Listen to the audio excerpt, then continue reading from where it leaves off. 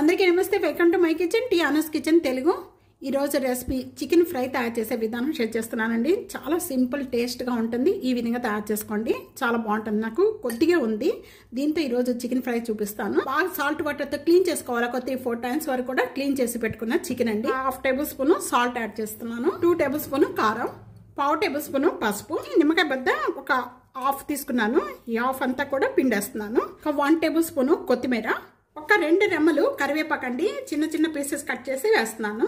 ఇలా కరివేపాకు యాడ్ చేయడం వల్ల పిల్లలు చక్కగా తినేస్తారండి. అదే కనుక కూరలో వేసేస్తే మనకి సపరేట్ చేసి పెడతారు. అందుకని వీటితో పాటు వేస్తే చక్కగా కరివేపాకు దీంతో ఫ్రై అయ్యి చక్కగా తినేస్తాను అనమాట. ఇలా వేసేసుకొని చేసుకోండి. 1 tablespoon ginger garlic paste, 1/2 tablespoon garam masala powder, 1 tablespoon dhania powder, 1/4 tablespoon roast చేసిన jeera powder, 3 tablespoon cornflour అండి. ఇంకా దీంట్లో మైదా కానీ ఇంకా ఏమీ యాడ్ చేయడం అవసరం లేదు. ఉట్టి కార్న్ ఫ్లవర్తోనే చాలా బాగుంటుంది, క్రిస్పీగా చాలా టేస్ట్ వస్తుంది. మిరియాల పౌడర్ 1/4 టేబుల్ స్పూన్. మీకు ఇది స్పైసీ కావాలంటే వేసుకోండి, లేకపోతే అక్కర్లేదు. మిరియాల పౌడర్ ఇక్కడ ఇవన్నీ కూడా యాడ్ చేసిన వెంటనే కూడా ఈ చికెన్కి బాగా పట్టించేసేయాలి. చేతితోనే కలపాలి, అప్పుడే ఈ మసాలాలు బాగా పడతాయి చికెన్కి. ఈ మసాలాలు ఈ చికెన్కి అంతా కూడా బాగా పట్టించిన వెంటనే ఒక రాత్రి అంతా పెట్టుకుంటే ఇంకా బాగుంటుందండి. చికెన్కి మసాలాలు బాగా పడతాయి.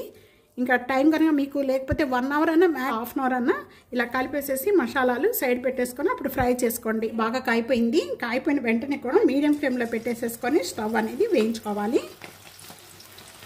ఒక్కొక్క ఆయిల్లో వేసిన వెంటనే కూడా కలపకండి. ఒక 1 మినిట్ అయిన వెంటనే కూడా అప్పుడు 2 సైడ్స్ కలుపుతూ వేయించుకోవాలి. లేకపోతే వెంటనే మీరు గరిటె పెట్టారంటే మసాలా అంతా కూడా విచ్చిపోతుంది. వెంటనే కూడా ఇప్పుడు కలుపుతున్నానండి.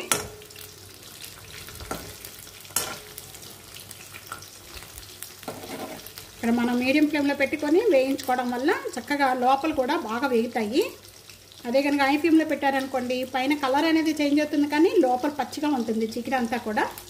ఈ విధంగా వేగిపోతే చాలండి. ఇంకా కలర్ చూస్తున్నారు కదా ఎంత బాగా వేగిపోయాయో. ఈ విధంగా వేగిపోతే చాలు. స్టీనర్లో వేసేసుకోండి. ఇట్లాగా ఈ విధంగా వేగాలి బాగా. ఇలా వేగితే కనుక చాలా బాగుంటుంది. పైన క్రిస్పీగా, లోపల స్పాంజీలాగా తిన్నట్టు అలా వెళ్ళిపోతూ ఉంటాయండి. మనకి సాంబారు, రసాలు ఇలాంటివి పెట్టుకున్నప్పుడు సైడ్ డిష్గా పప్పులోకి వీటిలో కూడా నంచుకొని తినొచ్చు. అంత టేస్ట్గా ఉంటాయి. అప్పుడు వేసేసుకొని దీని మీద వేసేసుకోండి. ఇలా వేసేసుకోవడం వల్ల చక్కగా ఆయిల్ అంతా కూడా ఇంకిపోతుంది. సరే కూడా ఇలాగే వేయించేసుకుందాం. లోపల కూడా బాగా వేగిపోయాయి, చక్కగా ఉన్నాయి. చూడండి ఎంత టేస్ట్గా ఉంటాయంటే తింటుంటే అలాగే కరకల్లాడుతూ చాలా క్రిస్పీగా చాలా టేస్ట్గా ఉంటాయి. ఈ రెసిపీ ఇదే విధంగా తప్పకుండా ట్రై చేసి మీకు ఎలా ఉందనేది కామెంట్స్లో తెలియజేయండి.